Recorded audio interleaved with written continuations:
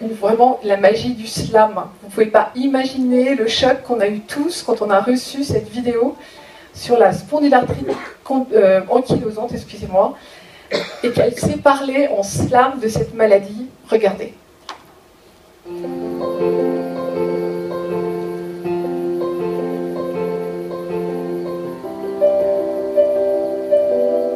Si aujourd'hui je passe devant, c'est pas pour me mettre en avant.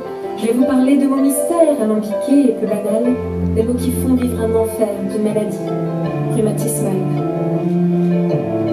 C'est une grande dame qui est confiante, c'est une vieille dame pas très marrante. Elle en sent frapper à la porte, pas besoin de lutter, elle est trop forte.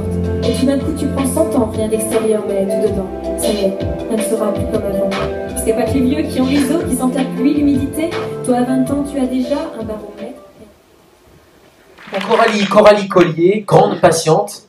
Ça vient de Grand Corps Malade, non? C'est un peu un petit clin d'œil. Non, pour le clip vidéo plutôt, slam. Oui, non, même pas, mais c'était plutôt dire que quand on tombe malade, surtout avec une maladie chronique et invisible, faut être patient parce qu'il y a des jours ça va, d'autres pas. Et puis, c'est une maladie qui est elle-même patiente, elle se fait jamais oublier, mais elle est toujours là et elle arrive toujours à se refrayer un petit chemin pour revenir dans le quotidien. Donc, c'était plus ce jeu de mots-là entre la maladie et soi-même en tant que patient, quoi.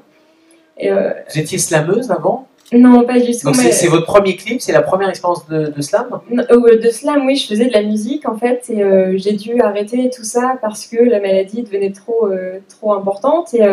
Et donc après plusieurs mois à l'IT et une année en centre de rééducation, je me dis mince, j'ai envie qu'on connaisse la maladie, mais de le faire de manière plus positive. Et du coup, ayant fait de la musique et comme c'était mon métier avant, j'ai voulu le faire comme ça. Mais le slam, je connaissais pas du tout, mais alors, je voulais que le message passe en premier. Des fois, les chansons, on écoute la mélodie et puis on se dit mince, qu'est-ce que la personne avait dit? On n'a pas fait vraiment attention. Et là, je voulais que les mots soient plus importants pour que qu'il y ait plus de compréhension sur les pathologies qui sont invisibles. Parce qu'un jour ça va, un jour il y a le fauteuil, un jour il y a la canne et inversement. Et pour les gens, c'est super dur à comprendre. Et c'est, je pense, en faisant de la compréhension qu'on parviendra à faire vraiment changer les regards et évoluer les choses, quoi. Donc, ça fait partie de ces handicaps un peu invisibles, notamment dans l'entreprise, qui sont compliqués à faire passer, effectivement. Et il y a les images qui sont très belles. Il n'y a pas que les mots, il y a le clip vidéo qui est très bon. Bravo à Coralie, je crois qu'on peut l'applaudir.